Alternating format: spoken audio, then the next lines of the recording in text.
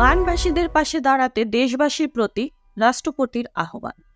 বন্যা কবলিত মানুষের সহায়তায় সরকার সর্বাত্মক প্রয়াস চালিয়ে যাচ্ছে বলে জানিয়েছেন রাষ্ট্রপতি মোহাম্মদ শাহাবুদ্দিন। সেই সঙ্গে বানবাসীদের পাশে দাঁড়াতে দেশবাসীর প্রতি আহ্বান জানিয়েছেন তিনি। সোমবার ২৬ আগস্ট জন্মাষ্টমী উপলক্ষে বঙ্গভবনে হিন্দু ধর্মাবলম্বীদের সঙ্গে শুভেচ্ছা বিনিময় অনুষ্ঠানে তিনি এসব কথা বলেন। রাষ্ট্রপতি বলেন, বন্যা কবলিত মানুষের সহায়তায় সর্বাত্মক প্রয়াস চালিয়ে যাচ্ছে সরকার। এছাড়া বৈষম্য বিরোধী ছাত্র জনতাও সাধ্যমতো সহায়তা দিয়ে যাচ্ছে। দেশের এই সংকটকালে বানবাসীদের পাশে দাঁড়ানোর জন্য আমি দেশবাসীর প্রতি উদাত্ত আহ্বান জানাচ্ছি। বাংলাদেশ সাম্প্রদায়িক সম্প্রীতির দেশ উল্লেখ করে তিনি বলেন, অগ্রগতি ও সমৃদ্ধি ত্বরান্বিত করতে সমাজে বিদ্যমান সম্প্রীতি ও পারস্পরিক সৌহার্দ্য অটুট রাখতে হবে।